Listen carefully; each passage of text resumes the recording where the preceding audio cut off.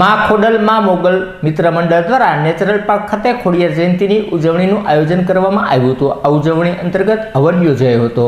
માં ખોડલ માં મોગલ ભક્તિ મંડળ દ્વારા સુભાષનગર નેચરલ પાર્ક ખાતે ખોડિયાર જયંતીની ઉજવણીનું આયોજન કરવામાં આવ્યું હતું। આ ખોડિયાર જન્મ જયંતી મહોત્સવ અંતર્ગત યજ્ઞ, માતાજીના ગરબા, મહાઆરતી, મહાપ્રસાદ સહિતના ધાર્મિક કાર્યક્રમો ઉજવાયા હતા, જેના દર્શનનો લાવો લઈ ભાવિકો ધન્ય બન્યા હતા।